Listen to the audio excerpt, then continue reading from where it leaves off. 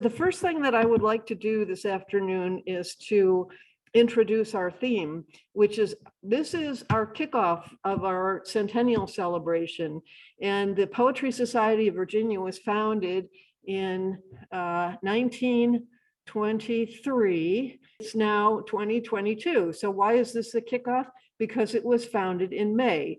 And various members of the Centennial Committee decided that we should start celebrating in May of 2022 because we're going to have a whole series of events throughout the Commonwealth as the year progresses.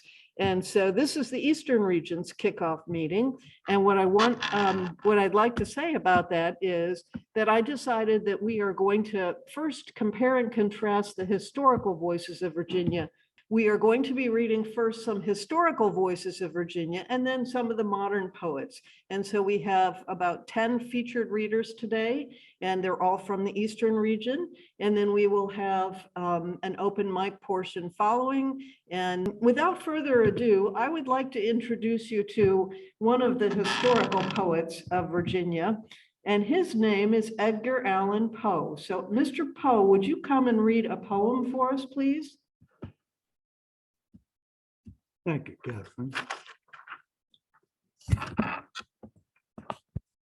Edgar Allan Poe was an American writer, poet, editor, and literary critic. Poe is best known for his poetry and short stories, particularly his tales of mystery and the macabre.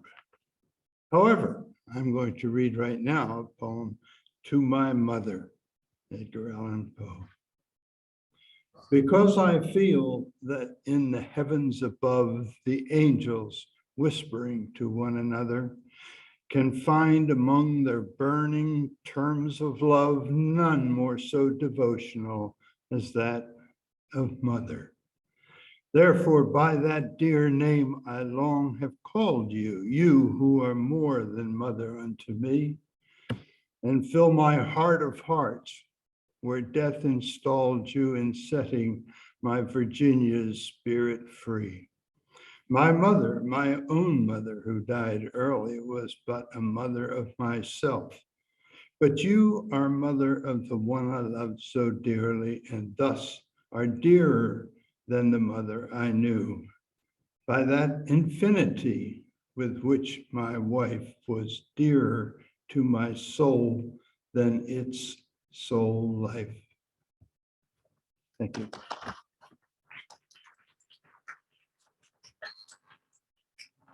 Thank you, Mr. Poe. We will be hearing from Ed Lull, who looks a lot like today's Mr. Poe later. And I should mention that in addition to part of the theme for today being the historical or the kickoff for the Centennial celebration and some of the historical voices of Virginia, obviously it's Mother's Day weekend. And so our theme for contemporary and the historical poets is motherhood. And so I tried to find poems that each of the three poets who correspond to our sponsorship categories had written about motherhood. Edgar Allan Poe's poem clearly is about motherhood. And if you research his life like I did, you'll find that actually he had a very complex relationship with mothering figures and had several different mothers, his biological mother, an adoptive mother, and everybody around Poe kept dying. And so then he ended up with an aunt who was his third mothering figure, and Virginia was her daughter. And I won't go into the other aspects of that for today. And switch to our second sponsor category. Our first sponsor, Edgar Allan Poe, for the Centennial. You can go to businesses, friends, family, people on the street. The sponsors at the Poe level will be donating $500 or above to sponsor events throughout the Centennial. Anne Bethel Spencer is our next sponsor, and those will be events or sponsors, donors that will sponsor between $200 and $500. And Anne Bethel Spencer lived from 1882 to 1975, and she holds an important place as a widely anthologized poet and was the first Virginian and one of 3 African-American women included in the highly influential Norton Anthology of Modern Poetry, which was published in 1973. She was also a civil rights activist and a real firebrand. I've read a lot about her, and she ruled the roost. But she was an activist for equality and educational opportunities, and she helped, along with her husband, to establish the NAACP Lynchburg Chapter. And she was also part of what has been called the Harlem Renaissance Writers Movement. Even though she never lived in Harlem, she and her husband hosted many Harlem writers at their house. This poem is really funny for a couple of reasons which will become obvious. Lifelong Poor Browning is the title, by Anne Bethel Spencer. Lifelong poor Browning never knew Virginia, or he'd not grieved in Florence for April sallies, back to English gardens after Euclid's linear, clipped yews, pomander walks, and preached alleys. Primroses, prim indeed. In quiet ordered hedges, waterways soberly, sedately enchanneled. No thin riotous blade even among the sedges. All the wild countryside tamely impaneled. Dead now, dear Browning, lives on in heaven. Heaven's Virginia, when the year's at its spring. He's haunting the byways of wine-aired heaven and throating the notes of the wildings on wing. Here, canopied reaches of dogwood and hazel, beech tree and redbud fine laced in vines, fleet clapping rills by lush fern and basil drain blue hills to lowlands scented with pines. Think you he meets in this tender green sweetness, shade that was Elizabeth, immortal completeness. Karenne Wood, please come forward. Karenne Wood is our final sponsor in the Centennial and other PSV events, and that will be for donors who donate less than $200. So anybody can donate something.